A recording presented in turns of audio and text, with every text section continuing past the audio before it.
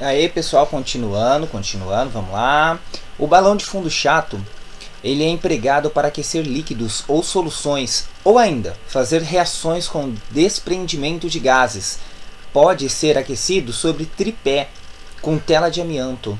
Os balões de fundo chato podem ter apenas uma saída, como pode ter duas ou três saídas laterais. Ou seja, pessoal, o balão de fundo chato é muito empregado no laboratório quando você tem ou desprendimento de gás, ou até mesmo quando você necessita, você utiliza muito aí na destilação, utiliza muito no aquecimento de soluções, para dissolução de sais. Por exemplo, você quer fazer uma solução com uma quantidade bem grande de sais, ou seja, a concentração de sais muito grande. Você vai fazer sobre aquecimento para facilitar essa dissociação do seu sal junto a essa água. Os condensadores, pessoal, condensadores, eles são utilizados na destilação. Tem por finalidade condensar os vapores líquidos. Condensar significa transformar os vapores em líquidos por resfriamento.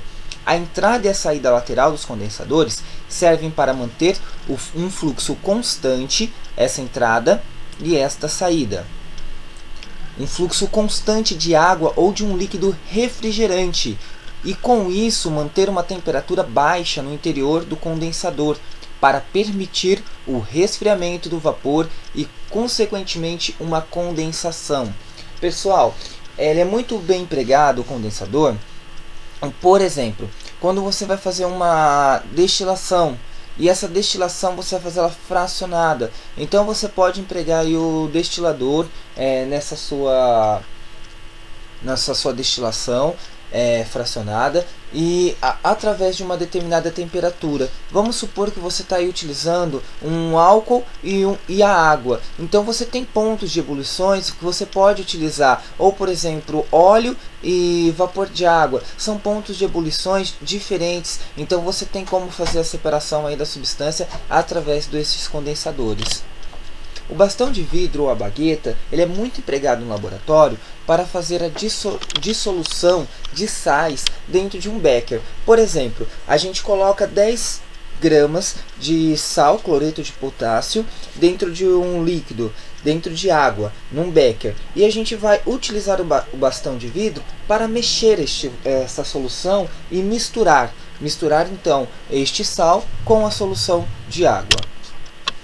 A proveta, pessoal, ou cilindro graduado, é mais conhecido como proveta dentro dos laboratórios, mas também é empregado aí o nome de cilindro graduado.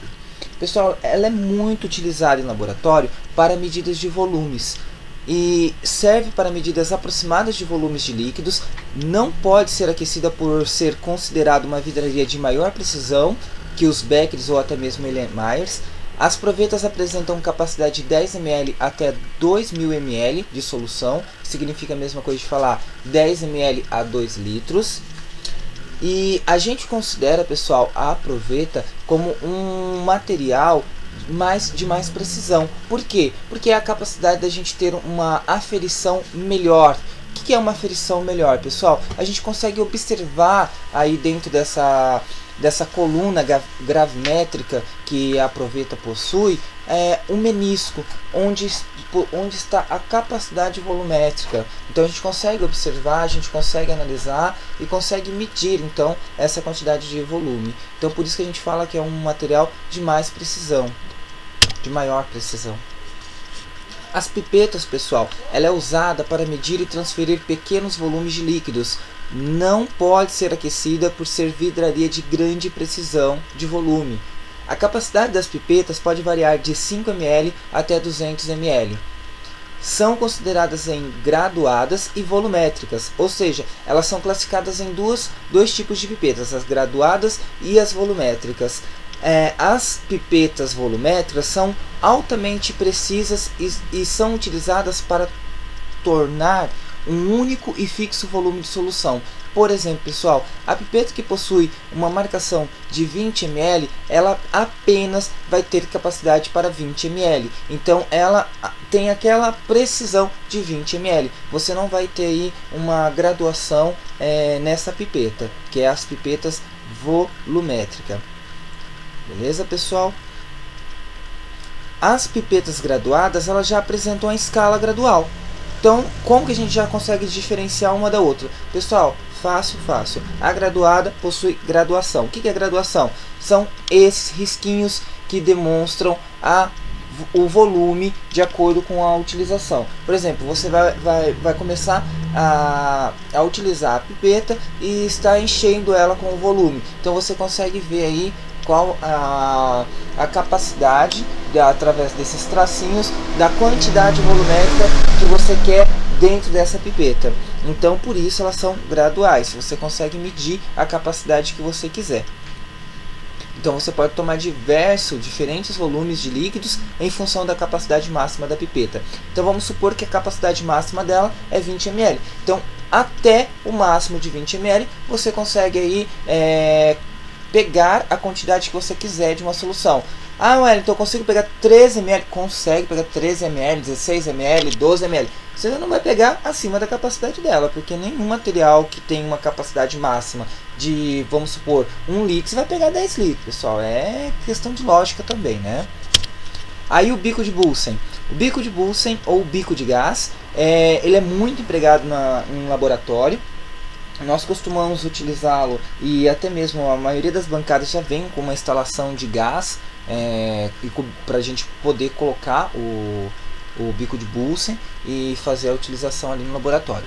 O bico de Bunsen, ele é utilizado como uma fonte de aquecimento nos laboratórios. Ele consiste em um sistema de metal que apresenta uma entrada de gás na parte inferior e na sua parte superior, a qual é produzida a chama, que servirá de aquecimento.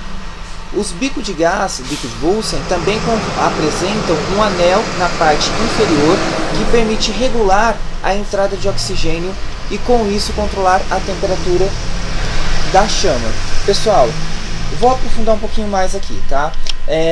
Para a gente saber a real utilização do bico de Bunsen e como manusear esse equipamento, a gente tem que voltar a entender primeiro o conceito de fogo.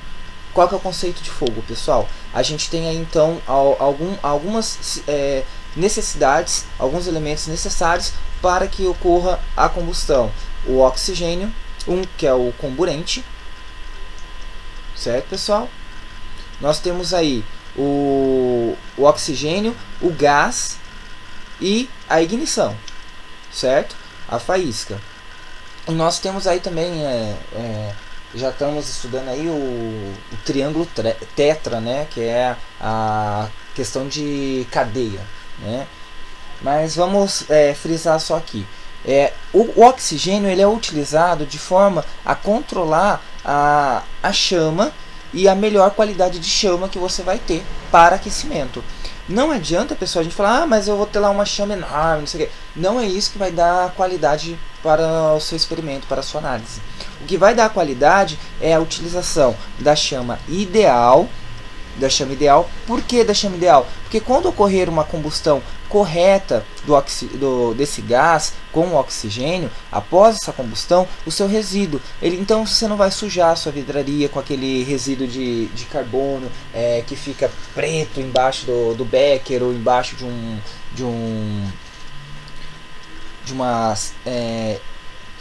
outro material que você está ali empregando num balão volumétrico de fundo chato, ficar aquela parte bem escura embaixo, ou que a gente vê bastante nas cozinhas em casa. Por que ocorre isso? Por causa da entrada de oxigênio. A quantidade de oxigênio para a quantidade de gás, ela tem que ser ideal para que ocorra uma combustão completa. E essa combustão completa vai gerar uma chama boa, de qualidade, uma chama que você vai utilizar a quantidade ideal de calor ali, com qualidade, e não vai interferir também na sua análise. Anel ou argola para funil. O anel ou argola para funil é empregado como suporte do funil de filtração ou para a sustentação do funil de decantação. São confeccionadas em metal e apresentam diferentes diâmetros. Apresentam um sistema de rosca mufa que permite prendê-lo ao suporte universal.